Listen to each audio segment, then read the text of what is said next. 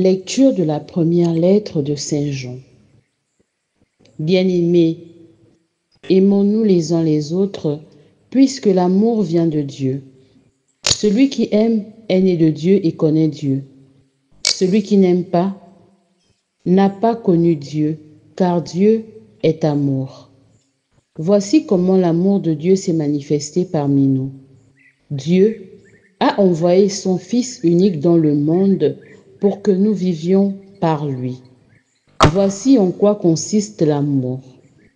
Ce n'est pas nous qui avons aimé Dieu, c'est lui qui nous a aimés et il a envoyé son Fils en sacrifice de pardon pour nos péchés.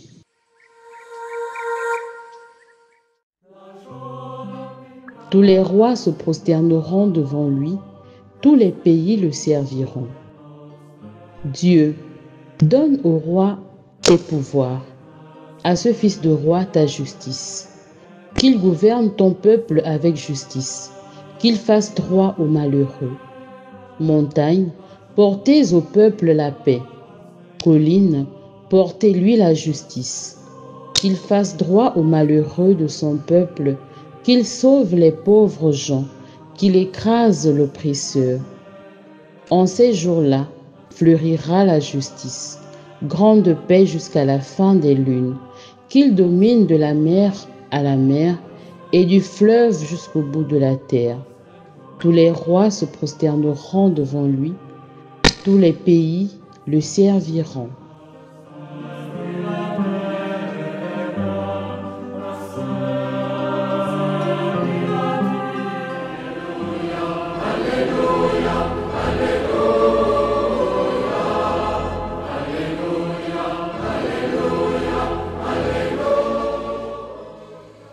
Alléluia, Alléluia.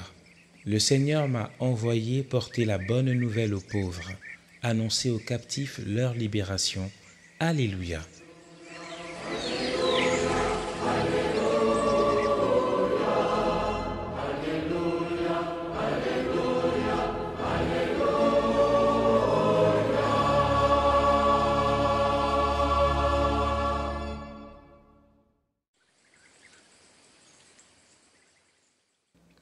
Évangile de Jésus-Christ selon saint Marc.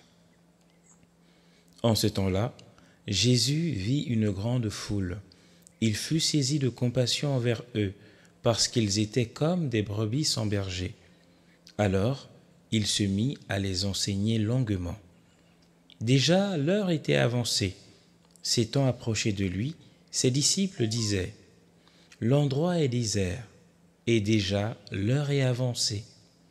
Renvoie-les, qu'ils aillent dans les campagnes et les villages des environs s'acheter de quoi manger. » Il leur répondit : « Donnez-leur vous-même à manger. » Ils répliquent : « Irons-nous dépenser le salaire de 200 journées pour acheter des pains et leur donner à manger ?»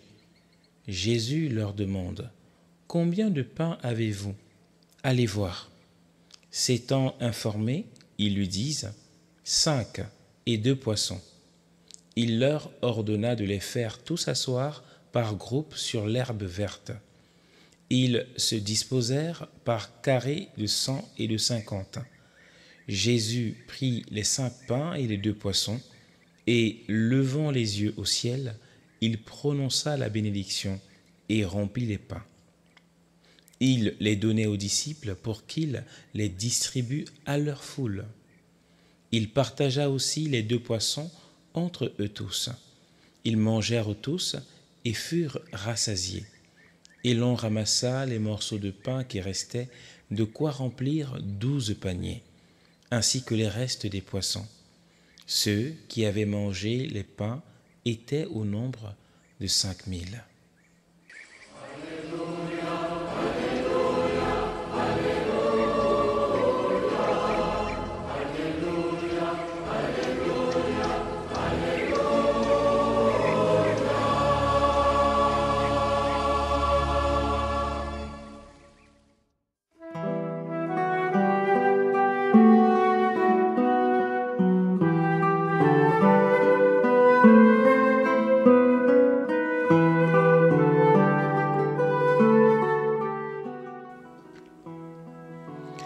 Frères et sœurs, bien-aimés dans le Seigneur, chers disciples du silence, l'évangile que nous écoutons aujourd'hui est très significatif pour la période liturgique que nous célébrons en Église.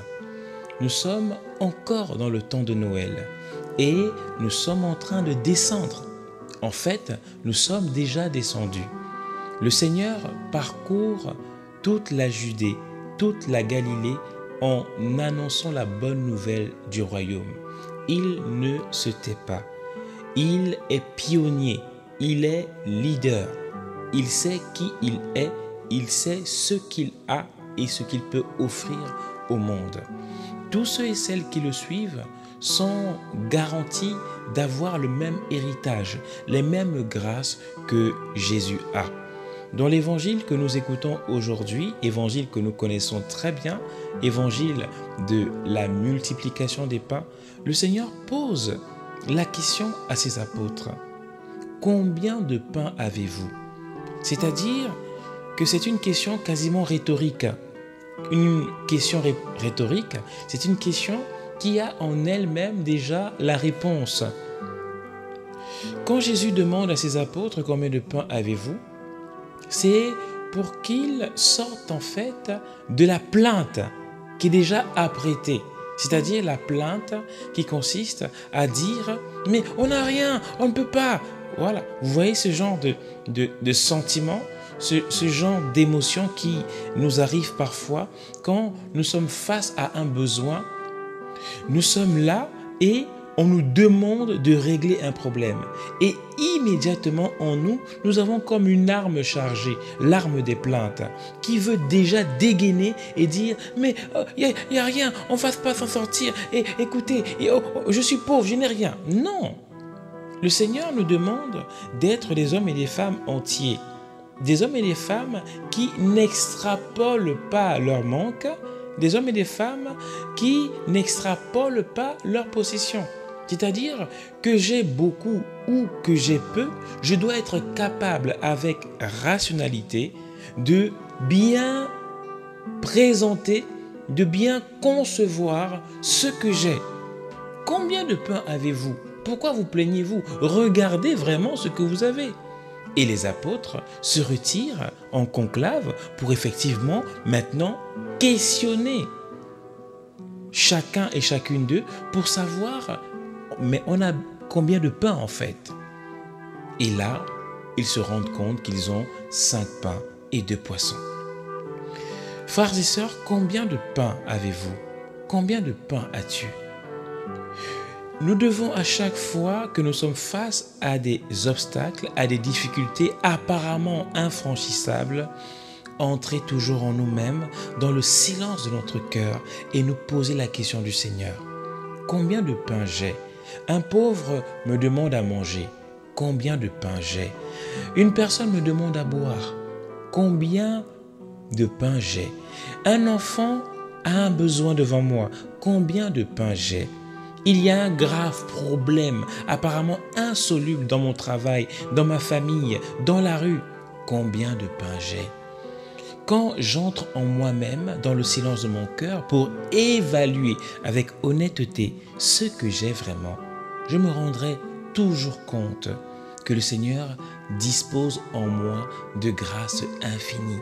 C'est la raison pour laquelle, faisant asseoir tout ce peuple, il prend ce que les apôtres lui ont donné et il fructifie. C'est ce qu'il fait, frères et sœurs, à travers le petit peu que nous avons. Ne nous sentons donc plus dépourvus de quoi que ce soit, car le Seigneur a disposé du royaume pour chacun et chacune d'entre nous.